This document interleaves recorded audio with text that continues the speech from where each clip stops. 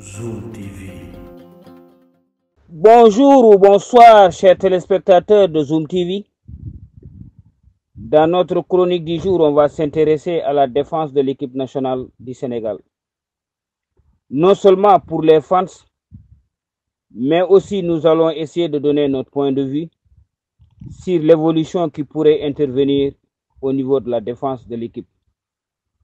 Dans la charnière centrale, il risque d'avoir un bouleversement dans la hiérarchie, avec même des schémas tactiques différents.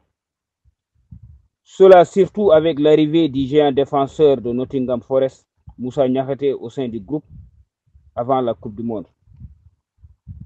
Et alors Aliou Cissé pourrait avoir une opportunité supplémentaire dans l'axe central.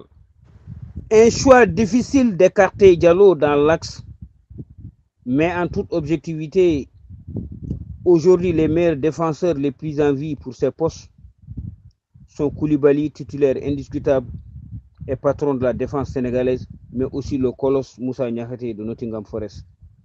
Une association du ministre de la Défense avec son compatriote du Nottingham Forest dans l'axe pourrait encore rassurer plus les supporters.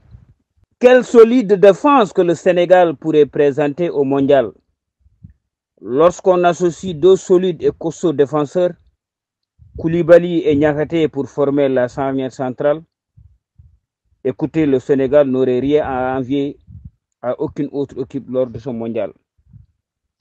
Un duo qui s'avère logique, d'autant plus que les deux jouent ensemble en première ligue, réputé être l'un des meilleurs championnats du monde, mais surtout ils sont tous les deux titulaires indiscutables dans leur club et jouent même des rôles clés dans le dispositif tactique de leur coach. Bien sûr qu'il existe d'autres possibilités dans l'axe central avec Abdou Diallo et Pape Abdou Cissé. Et aussi, il est bien vrai que Diallo n'a jamais déçu à ce poste depuis son arrivée en équipe nationale. Mais aujourd'hui, le seul souci serait son manque de jeu au Paris Saint-Germain, sauf s'il redevient titulaire une fois qu'il débarque au Milan AC. À côté de la charnière centrale sur le flanc droit, on peut retrouver un certain Youssouf Sabaly, qui est aussi un défenseur très teigneux et qui n'a jamais déçu en équipe nationale. L'un des plus réguliers de la défense sénégalaise. Et en plus, c'est un latéral aussi très offensif avec un très bon marquage. Une possibilité pour Cissé de jouer une défense à 3 avec ces trois monstres. Mais aussi surtout utiliser Saliou 6 ou Abdou Diallo ou Ismaël Jacob sur le flanc gauche. Pour le côté gauche, certes Saliou 6 a fait une excellente CAN et maîtrise bien ce secteur. Mais le problème surtout, c'est qu'il n'a pas encore eu de club et joue à un niveau très bas dans le championnat français. Et en ce qui concerne Fodé Ballo-Touré, lui aussi n'a pas encore convaincu les supporters. Mais Abdou Diallo, tout comme Ismaël Jacob, peuvent bien s'occuper de ce poste.